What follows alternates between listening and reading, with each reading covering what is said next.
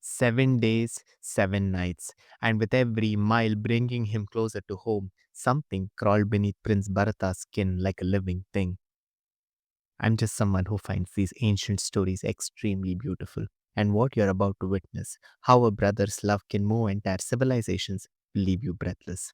The messengers had only spoken of urgent matters and would say nothing more. Their eyes held secrets too terrible for words. With each turn of the chariot wheels, a cold dread settled deeper into his bones. But as dawn broke on that seventh day, as the silhouette of Ayodhya emerged from the morning mist, the dread became horror. The city stood before him like a corpse dressed in royal robes. This was Ayodhya, the unconquerable city, the jewel of the earth where every dawn brought fresh songs and every evening rang with laughter. From the first light, it pulsed with life, merchants shouting about what they're selling, children's laughter echoing through courtyards, horses clip-clopping on stone paths, chariots rumbling with purpose. Instead, silence. A silence so complete, so unnatural that it seemed to devour sound itself. अयोध्यायां पुरा शब्दश्रूयते तुमुलो महान् तमन्ता नरनारीणां तमद्या न शृणोम्यहम्. Ayodhya Kanda, chapter 71, verse 21. I do not hear now in Ayodhya the loud noise of men and women I used to hear earlier all over. The streets lay unswept, thick with dust that reddened every surface like dried blood. Doors hung open like broken promises, and the people who remained moved like ghosts, their eyes swollen with tears, their faces drawn with hunger and sorrow, their throats choked with words they could not speak. Gardens stood like abandoned mourners, their flowers dead, their paths empty. Temples fell silent, markets lay deserted. Even the very birds seemed to have fled. What power on earth could drain the life from Ayodhya?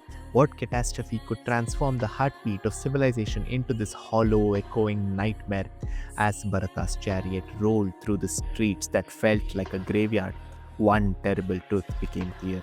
With each empty doorway, each silent fountain, each lifeless garden, death had visited the unconquerable city.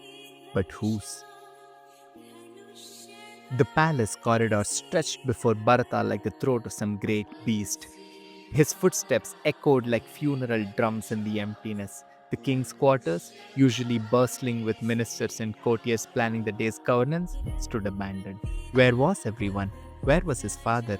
His heart hammering against his ribs, Bharata turned towards his mother's chambers. Perhaps there, in Kaikeyi's warmth, he would find answers.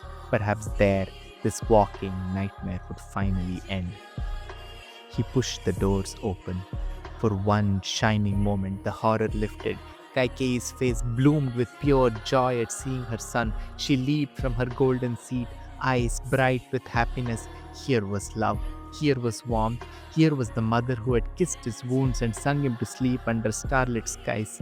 She pulled him onto her lap as if he were still a child, stroking his travel-weary face with trembling, excited hands. Her touch carried all the tenderness he remembered, all the safety of childhood, all the love that had shaped his earliest dreams. But something poisonous moved beneath her joy. Even in her embrace, Bharata could feel it, wrongness that made his soul recoil.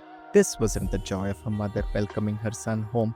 This was something else, something that turned love into a weapon. And then she began to speak. With the bright, eager voice of someone bestowing the greatest gift imaginable, Kaikeyi painted her masterpiece of destruction. She told him of his father's death with the casual air of sharing pleasant news. She spoke of Rama's exile as if it were a minor inconvenience that had cleared the path to glory. Through it all, her eyes shone with intense light of someone believing herself a brilliant architect of fortune. या गतिसार्वभूतानां तां गतिं ते पिता गतः राजा महात्मा तेजस्वी यायजूकस्तां गतिः. Ayodhya Kanda, chapter 72, verse 15. Your high souled, brilliant father, ever engaged in performing sacrifices and a refuge for the virtuous people, went the inevitable way every living being must follow. Death. She spoke of death as a mere detail, a footnote to her grand design. Then, with the triumphant air of revealing a magnificent surprise, she delivered the blow that would shatter her son's universe. Maya tu putrashutvaiva Ramasyai Vabhishechanam Yachitaste Pita Rajyam Ramasya cha Vivasanam. Ayodhya Kanda, chapter 72, verse 49. My son, on hearing of Rama's coronation ceremony, I asked your father to confer the kingdom on you and banish Rama. The words didn't just hit Bharata, they destroyed him. Time fractured, reality tilted. The universe itself seemed to stagger under the weight of this impossible revelation. The kingdom, the throne, Rama banished, his father dead? For an eternity that lasted a heartbeat, Bharata stared at his mother. This woman who had taught him love had just confessed to destroying everything sacred. The truth crashed down like an avalanche of burning stars. He collapsed, not gradually, not with any remnant of princely dignity. His body struck the marble floor with a sound that seemed to shake the palace foundations. The prince, the warrior, the man who had never known defeat, reduced to a broken thing twisted in pain on cold stone. When he finally found his voice, it came as a roar that shook the very walls. Kim nu karyam hatasyeha mama rajyena shochitaha vihinasyata pitra cha bratra pitru samena cha. Bereft of my father and my brother, who is like a father to me, of what avail is this kingdom to me when I am grieving and fallen into misfortunes? This wasn't merely a son's grief, this was Dharma itself speaking through human lips, righteousness given a voice, and terrible blazing clarity. As Bharata rose from the floor, his face transformed by a rage so pure it seemed to burn the air around him. Kaikeyi began to understand that she hadn't created a king, she had awakened a force of nature.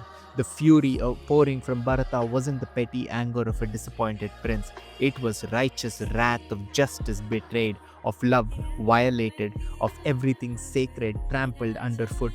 He looked at his mother, this woman who thought she had given him the greatest gift, and saw instead the destroyer of worlds.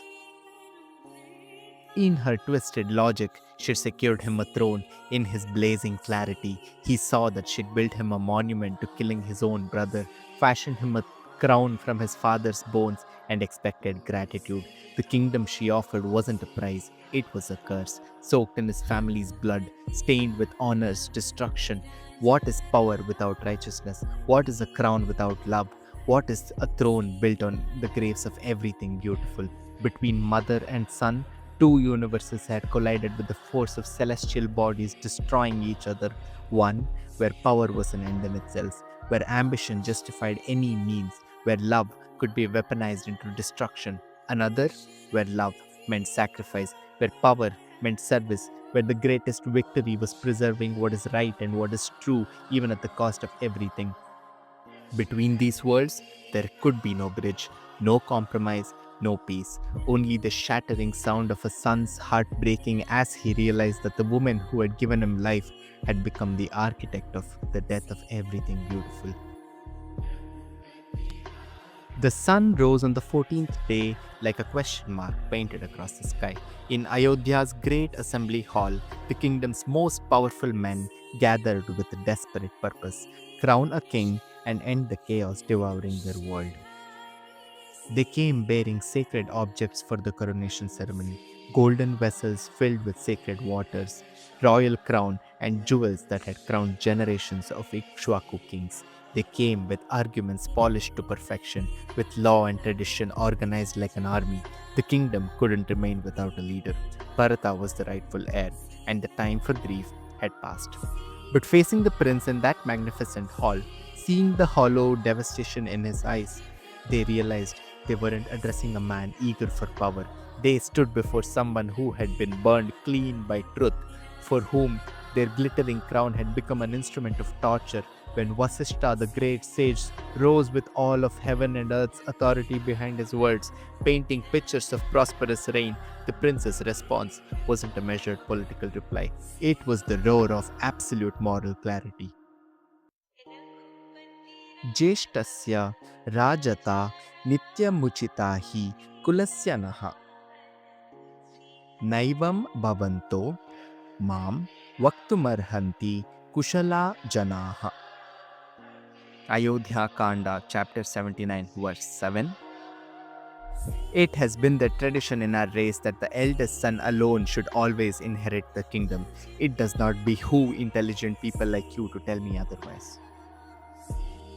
Then, with words that would echo through the ages, he made a declaration that transformed him from a grieving brother into something far more powerful, a force of divine justice walking the earth.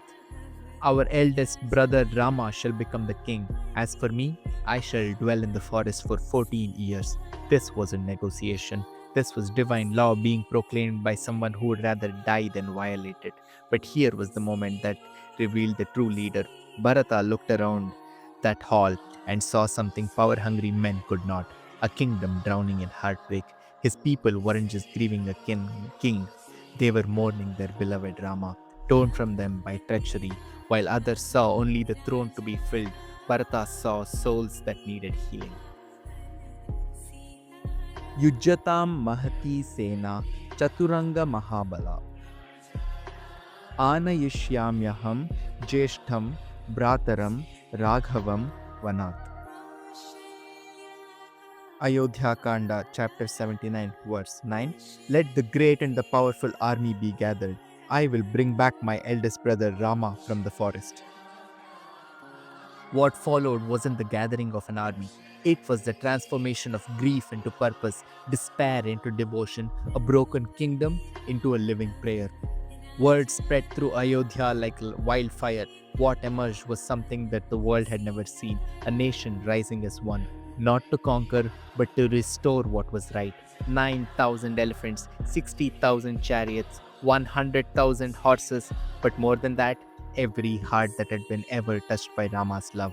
Citizens poured through every dwellings, artisans and merchants and priests and performers, washermen and actors, every profession, every age, every station joined this impossible journey. Entire households closed their doors and took to the road. Mothers lifted their children onto their shoulders. Grandfathers hobbled on walking sticks rather than be left behind. Ahead of the great procession, craftsmen worked like men possessed, building highways that sparkled with mosaics of precious stones and flowers releasing the fragrance of sandalwood and jasmine. The very path became a work of art, as if earth itself was preparing for righteousness to return. At the head of this impossible parade rode Bharata, and in his eyes a fire burned. This was not the petty ambition for a throne, it was magnificent, world altering ambition for justice itself. This was the power of a beautiful prince, a man of action and immense will, desperate to undo a catastrophic wrong. He had transformed a kingdom's grief into a force of nature. This procession was no longer a crowd of men, it was a river of singular purpose, carving its path through the hearts of the country, with Bharata and as its unstoppable current, its destination, Chitrakuta, its mission to find its ocean, Rama, and bring him home. This is the power of a river. It is focused, it is relentless, it carves canyons out of stone to reach its goal. It is the love that says, "This is wrong, and I will move heaven and earth to make it right." But the man he marched toward was the ocean. Rama's power was not in commanding the tides, but in understanding why they turn. He saw the full, intricate web of cause and effect, not just his mother's betrayal, but the knot of fear that fueled it. Not just his father's weakness, but the tragic love that chained him to his promise. His fight was not to redirect a single current of injustice, but to honor the eternal law that governs all currents, the truth of a word spoken. The ocean's strength isn't in fighting back, but in being so vast and so deep that fights become meaningless. A storm can't hurt the deep ocean, a river can't change the ocean's nature. And so the stage was set. for a confrontation that would echo through eternity. The irresistible force was about to meet the immovable principle. What happens when a river, in its desperate loving fury, crashes against the shore of an ocean? How can a love that must change reality convince a love that must uphold it? This is not a question of who is stronger, it is a question of what it means to save someone. How does one brother rescue another when each believes the other is the one who's drowning? The answer would define honor for 1,000 generations. Continue this journey and witness the moment the river met the ocean. Jai Shri Ram.